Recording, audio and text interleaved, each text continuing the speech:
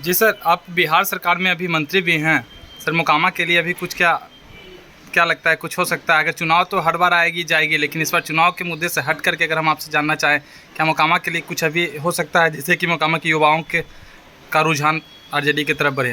युवाओं का रुझान है तो युवा का रुझान तो आप देखेंगे कि हमारे उप मुख्यमंत्री बीच में चुनाव लड़ रहे थे तो उन्होंने कहा था कि मेरी सरकार बनेगी तो 10 लाख की हम नियुक्ति देंगे।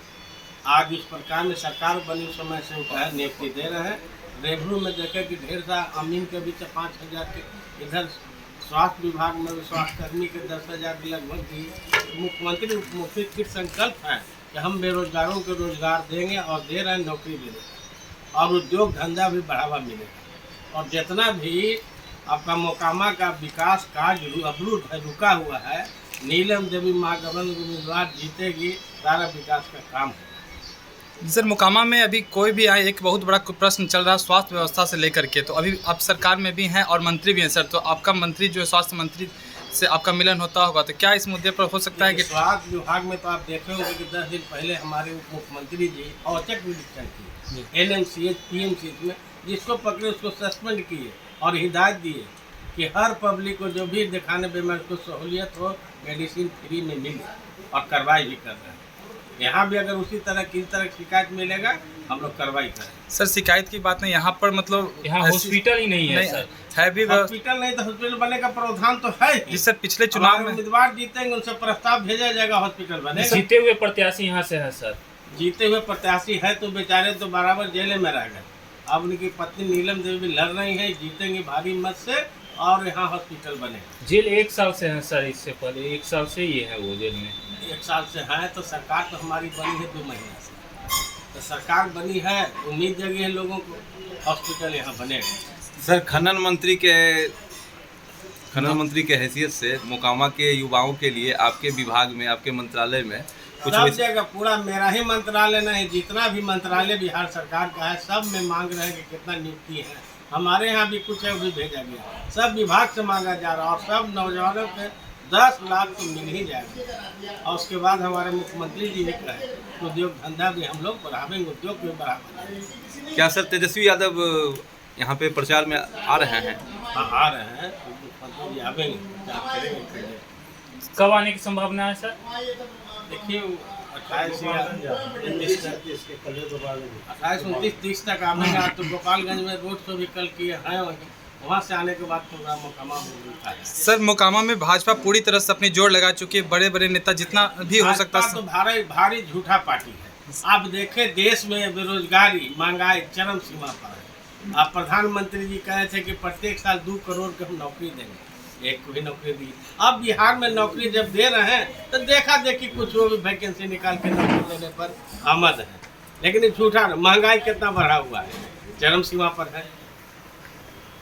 जी सर, तो मैं कहना ये चाह रहा था सर, जैसे कि बड़े बड़े नेता भी मोकामा में ही बैठे हुए हैं भाजपा के, तो क्या भाजपा के बड़े महागठबंधन के भी उनके पास कोई मुद्दा है गरीबों के लिए, चाहे बेरोजगारी मिटाने के लिए या महंगाई बढ़ गया महंगाई कंट्रोल करने कोई मुद्दा है? महागठबंधन की तरफ से क्या नीतीश कुमार आएंगे प्रचार के लिए?